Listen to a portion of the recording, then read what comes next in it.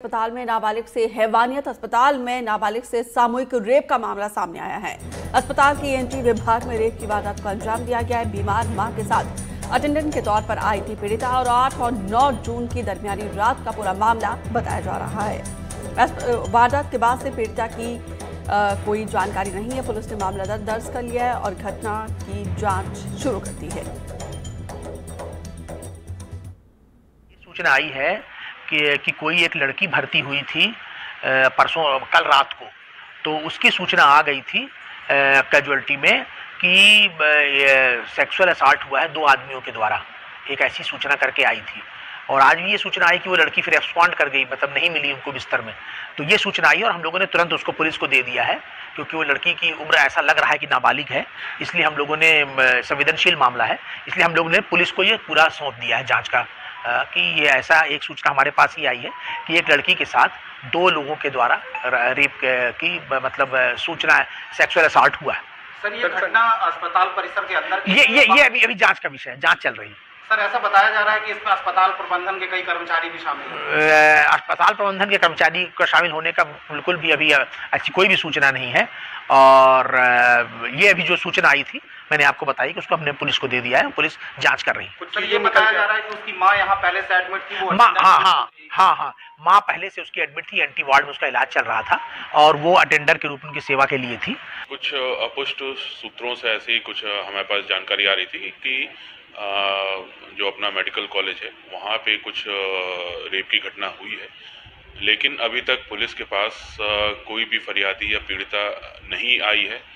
और मैं अपील करूंगा जो भी पीड़िता है, फरियादी है, कि अगर उनके साथ कोई घटना हुई है तो हमारे पास आएँ, ताकि हम उसमें विधिवत वैधानिक कार्रवाई कर पाएँ और जो दोषी हैं उनको हम सज़ा दिला सकें, और ताकि कोई भी अन्य व्यक्ति इस तरह का कृत्य करने से पहले फिर से सोचे। और मैं फिर से अभी तक हमारे पास लेकिन अभी तक कोई भी पीड़िता या फरियादी या किसी भी परिजन ने अभी तक संपर्क नहीं किया है। हम अपनी साइड से भी पता लगाने की कोशिश करें पूरी घटना क्या हुई है, कैसे हुई है, और यदि कुछ पाया जाता तो उसके अनुसार भी उसमें कार्रवाई की जाएगी। हम भी संपर्क में कोशिश करने का प्रयास कर रहे हैं। संजय गांधी अस्पताल से एक प्रबंधन ने जो हम लोगों को दूरभाष पे अवगत कराया है कि इस प्रकार की एक घटना 8-9 जून की दरमियानी रात में हुई है और उसकी जो बेसिक जानकारियां हैं केस से संबंधित वो पुलिस को उपलब्ध कराई गई हैं। पुलिस उसमें प्राथमिक जांच कर रही है और जांच के अनुसार उसमें कार्रवाई होगी। मैं इस समय रीवा के संजय गांधी अस्पताल के गांधी स्मारक चिकित्सालय के स्टेज पर 1952 लगभग 80 साल पुराना ये अस्पताल प्रदेश के सबसे बड़े अस्पतालों में से एक, लेकिन 8 और 9 की दरमियानी रात जो कुछ यहाँ हुआ काफ़ी शर्मसार करने वाला मामला है। संजय गांधी अस्पताल प्रबंधन कह रहा है हमने पूरे मामले की जानकारी प्रशासन को दे दी है, अब जो भी करेगा प्रशासन करेगा। इस तरीके से अब देखना होगा इस मामले को लेकर क्या कार्रवाई होती है। एक नाबालिग के साथ दुष्कर्म, जांच के बाद ही साबित होगा आखिर पूरा मामला क्या था। एनडीटीवी के लिए मैं जावेद अंसारी हमारे सहयोगी ज्यादा जानकारी के साथ फोन लाइन पर जुड़े हैं। जावेद, नाबालिग के साथ अस्पताल में रेप की घटना ने एक बार फिर से बहुत सारे सवालों को जन्म दिया है। सबसे अहम सवाल सिक्योरिटी को लेकर, सुरक्षा को लेकर, दूसरा कि आखिर किसने इस नाबालिग के साथ ऐसी विभत्स घटना को अंजाम दिया। बिल्कुल, आपने ठीक कहा। संजय गांधी अस्पताल पूरी तरीके से सुरक्षा कर्मियों के घेरे में रहता है। यहाँ पर कम से कम 250 से लेकर 300 सुरक्षा कर्मी दिन रात मौजूद रहते हैं। उसके बाद इस तरीके की घटना तमाम तरीके के सवालों को जन्म देती है। मिली जानकारी के अनुसार पुलिस ने कुछ लोगों को इस मामले में हिरासत में भी लिया है। हालांकि पुलिस अधीक्षक ने अपील की है पीड़िता से सामने आए, हम उनकी पहचान वैसे भी छिपा कर रखेंगे, नाबालिग की वैसे भी छिपाई जाती है। हमारे पास एक वीडियो भी मौजूद था जो सीसीटीवी के रूप में था, जिसमें साफ तौर से नजर आ रहा था कुछ लोग पीड़िता को लेकर संजय गांधी अस्पताल में एडमिट कराने जा रहे थे। कहां पर यह दुष्कर्म की वारदात हुई, अब पुलिस इस बिंदु पर जांच कर रही। किसने की, इसमें अस्पताल प्रबंधन दोषी है, उनके कर्मचारी दोषी हैं, या बाहर के लोग दोषी, तमाम तरीके के ऐसे सवाल है जिसका जवाब खुलकर कोई नहीं दे रहा। मामला बेहद संवेदनशील है। ये कहकर बात को टाला जा रहा है। हालांकि इलाका स्वास्थ्य मंत्री प्रदेश के उप मुख्यमंत्री का है, इसलिए प्रशासन भी फूंक फूंक कर कदम रख रहा है, पूरी तरीके से निश्चित होना चाहता है आखिर इसके पीछे कौन लोग हैं, किसने इस तरीके की साजिश की, किसने इस तरीके का दुष्कर्म का काम किया है।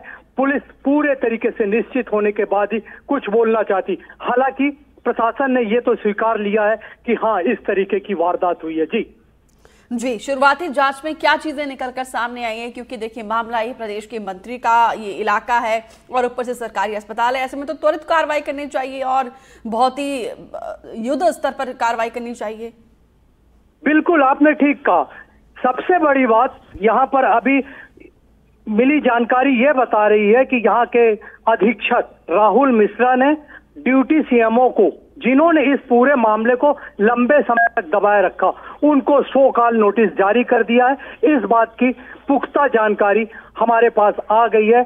अब सीएमओ जो उस समय ड्यूटी आवर्स में थे, जिन्होंने 8 से 10 घंटे पूरे मामले को दबा कर रखा, अब उन 100 कॉल नोटिस मिला है उनको। अब देखते हैं वो क्या जवाब देते हैं। हालांकि पुलिस भी काफी तेजी से इस मामले को लेकर काम कर रही है।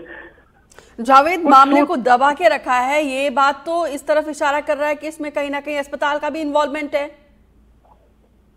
हम बिल्कुल ऐसा कहा जा सकता है। सीएमओ जो ड्यूटी सीएमओ थे, जिनको इस तरीके की वारदात में तत्काल ही डीन या अस्पताल के अधीक्षक को जानकारी देनी चाहिए, उन्होंने जानकारी नहीं दी। ये अपने आप में एक बड़ा सवाल तो है ही। बिल्कुल, तो ऐसे में पुलिस, अब क्या पुलिस के द्वारा अभी तक अस्पताल मैनेजमेंट से किसी से बातचीत हुई, इंक्वायरी हुई है? बिल्कुल, पुलिस पूरे मामले की तह तक जाने की कोशिश कर रही है। अस्पताल के अधीक्षक ने स्वयं इस बात की जानकारी रीवा कलेक्टर प्रतिभा पाल और पुलिस अधीक्षक विवेक सिंह को दी थी। उसके बाद रीवा की अमैया थाना, जिसके अंडर में ये अस्पताल का एरिया आता है, पूरी तरीके से तेजी से काम कर रही है लगातार, क्योंकि डिप्टी सीएम का इलाका है और उन लगभग वो हर हफ्ते 10 दिन में इस अस्पताल में आते ही हैं। इस तरीके से वहां पर इस तरीके की घटना हुई है। अस्पताल प्रबंधन और रीवा का पुलिस प्रशासन तत्काल चाहता है इस मामले का पटाक्षेप कर दिया जाए, लेकिन किस तरीके से पटाक्षेप होगा ये अपने आप में आज भी एक बड़ा सवाल है। घटना के लगभग 48 घंटे बीतने को आए हैं। जी बिल्कुल, अब बहुत बहुत शुक्रिया विस्तार से जानकारी देने के लिए जावेद।